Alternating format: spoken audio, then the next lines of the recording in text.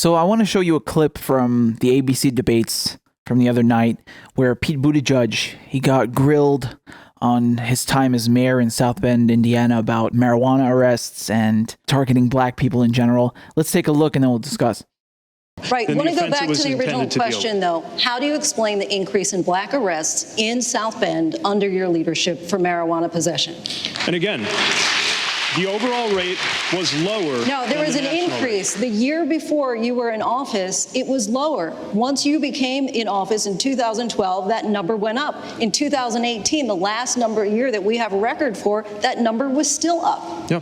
And one of the strategies that our community adopted was to target when there were cases where there was gun violence and gang violence, which was slaughtering so many in our community. Burying teenagers, disproportionately black teenagers. We adopted a strategy that said that drug enforcement would be targeted in cases where there was a connection to the most violent group or gang connected to a murder. These things are all connected, but that's the point. So are all of the things that need to change in order for us to prevent violence and remove the effects of systemic racism, not just from criminal justice, but from our economy, from health, from housing, and from our democracy itself. Senator Warren, is that a substantial answer from Mayor Buttigieg? No.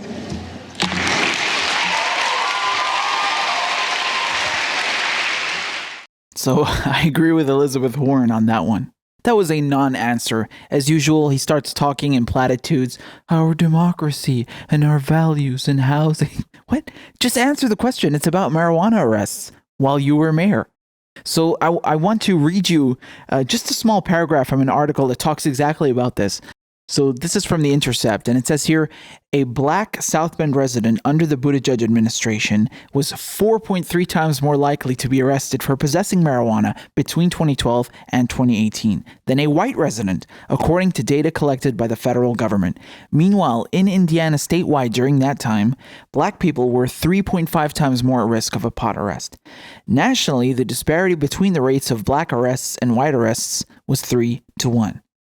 Okay, so what they're saying here is that not only was a black resident in South Bend, Indiana, 4.3 times more likely to be arrested than a white citizen, but it was even higher than the average in Indiana and nationally. He's trying to deny that he's a racist, but he implements policies that directly target black people. And what's so mind-boggling to me is that he tries to portray it as like, oh no, this wasn't to target black people. This was an affront on organized crime. We were trying to deal with organized crime and violence. Yeah, that's how they always put it when they try to impose mass incarceration on people of color. Just look at the crime bill from 94. Violent crime. No, it's not about violent crime and organized crime. It's about putting people of color in jail, black people in jail. And so he has no response. He has absolutely no response. And again, what's really mind-boggling to me is that he did this over weed. Like, dude, it's already legal in half the country. Why are you going after people over something that is already legal in half the country and soon to be legal in the entire country? How pathetic is that? Why would you do that? That makes absolutely no sense to me. Now, we haven't even gotten started, man, because, you know, if you took this, you could maybe argue that, oh, this is just anecdotal and, you know, Mayor Pete, he's not a racist and, you know, he doesn't implement racist policies. No. There was a controversy that came out a few months ago. I don't know if everyone caught this, but TYT did some good reporting on this. And basically, Pete Buttigieg, when he was mayor of South Bend, Indiana, he was manipulated into firing their only black police chief. And, you know, you had a group of racists within the police department caught on tape conspiring to push Pete Buttigieg into firing the black chief of police. So that's one thing. And on top of it, I want to read you another paragraph real quickly about how you had a decrease in the number of black officers in South Bend. So it says here, the conversations on the tape have been characterized by some sources as racist and include discussion about pressuring Buttigieg to get rid of the black police chief. The Root's Michael Harriot examines the decline in the number of black police officers on the South Bend Police Department since the scandal broke, going in a short period from just under 12%, or 29 out of 244 officers, to slightly over 6%, 15 officers. Black people make up 26% of South Bend's total population. Did you catch that? The entire population of South Bend, Indiana, where Buttigieg was mayor, a quarter of the residents are black. And you have 15 black police officers. How is that proportionate? How is that reflective of the community which they are meant to serve and protect? It's not. It's not. It's absolutely not. I also remember a time where he was holding a town hall, and man, he got booed and he got scolded over a police shooting of a civilian. Of course, he did nothing about it. No one was fired. The same old.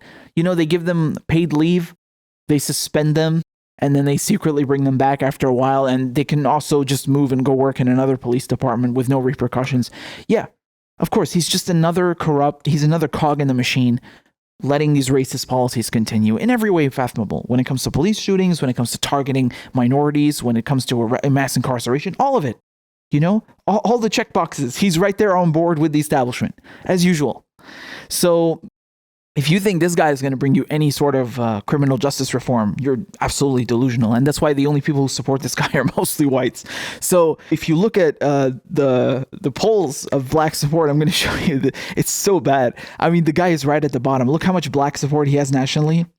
I mean, I'm still confused how Biden has half of that, you know, like 48% after all the racist stuff he's done. I think people just don't know, and they have some kind of nostalgia because he was Obama's vice president. But let's leave Biden aside for a second. The guy has 2% black support nationally.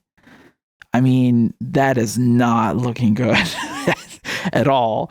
Okay, now, of course, you could make a critique about Bernie Sanders that he hasn't moved. Like, he had 20% black support in the last election, and he still only has 20%. Like, it hasn't budged, you know? And man, last election, it was like 80% for Hillary Clinton black support and only 20% Bernie Sanders.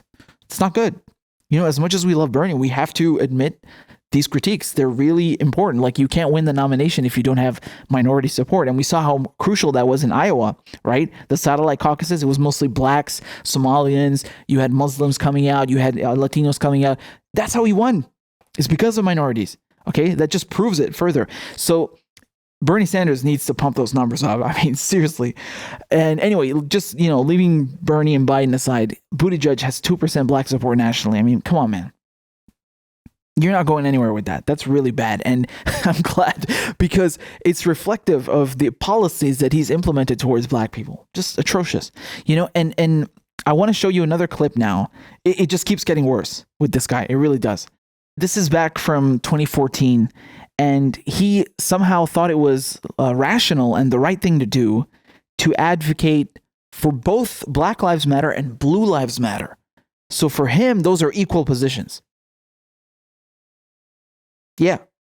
Just take a look at this clip.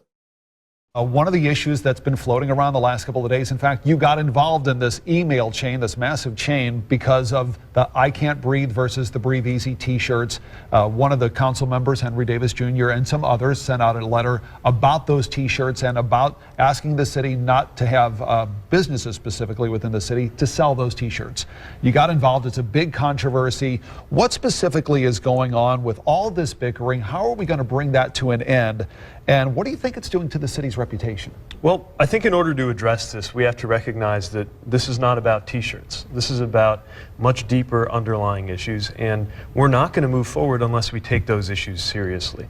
What strikes me is that there are groups of people concerned about two different issues. They're being portrayed like they're on two different sides, but they're not even talking about the same thing. We're talking about two different things, and one of those is the way that race is playing a role in our criminal justice system. And the other is about the safety of police officers who go out there every day and risk their lives. And I fear that we're being led down this path that you have to choose between being pro-minority, pro-equal rights, and being pro-police. I believe it's not only possible, but fundamentally necessary for everybody in our community to feel that they are pro-minority and pro-police. And we've got to move in that direction, and we've got to do it together. Wanted to ask you about body cameras. That's also a central argument around this whole issue. It's a question of not rather if, but when. Do you have any concerns besides money and technology? Do you have any concerns about officers wearing body cameras? There are a lot of concerns. There are a lot of issues to work through, legal issues, privacy issues, but this is also something we have to take seriously. And we are, and we're looking into it. But again, this isn't about technology any more than it's about t-shirts. This is about us. This is about our values. This is about our community. And we've got to do this together. And those of us in elected leadership have to ask ourselves, of everything we're doing, is this going to drive people apart, or is it going to pull us together? Once again, he's just talking in platitudes, and it's really amazing how he's equating the two. I don't understand what he's talking about. Police lives aren't at risk. Police aren't being mass incarcerated. Police aren't being disproportionately targeted from marijuana arrests. Police aren't being shot in the street or strangled in the street like Eric Garner. What the hell are you talking about? By being neutral, you are taking the side of the establishment, of the status quo, and maintaining the suppressive system. So you are taking a position in this plight here. He tries to pretend like, oh, no, we have to respect both, and, you know, we can be for both. No, it isn't about both. The people who are using this argument of Blue Lives Matter are usually racists who are trying to deny the struggles of Black Lives Matter. You know, it's like a rebuttal. It's like, oh, no, shh, be quiet. Don't bring up oppression. Don't bring up systemic racism. Blue Lives Matter. What? No, this is about systemic racism and killing, just like we've seen with Eric Garner, just like we've seen with dozens and dozens and dozens of cases against Black people, against minorities. That's what it's about. So don't bring up this whole thing about Blue Lives Matter. No one is targeting police. What are you talking about? So him, by remaining neutral, he's effectively taking the side of the establishment and, you know, perpetuating this racist system. That's what he's doing. And then what he says about body cams is also abysmal. I mean, he doesn't give you an answer. He doesn't give you a straight answer. And effectively, once again, he's taking the side of the status quo. So instead of saying, yes, I'm for body cams, all police officers should wear body cams because this makes sure we have scrutiny. This makes sure we have transparency. This makes sure this is actually fair for both parties. You know, no. He doesn't want that. He doesn't want law enforcement to be held accountable. He doesn't want to himself be held accountable when there are shootings of civilians, just like happened in South Bend, and he did absolutely nothing about it. He doesn't want that. So he gives you a non-answer. He speaks in platitudes again, just so he doesn't have to commit or doesn't have to, you know, go on the side of, yes, I support body cams.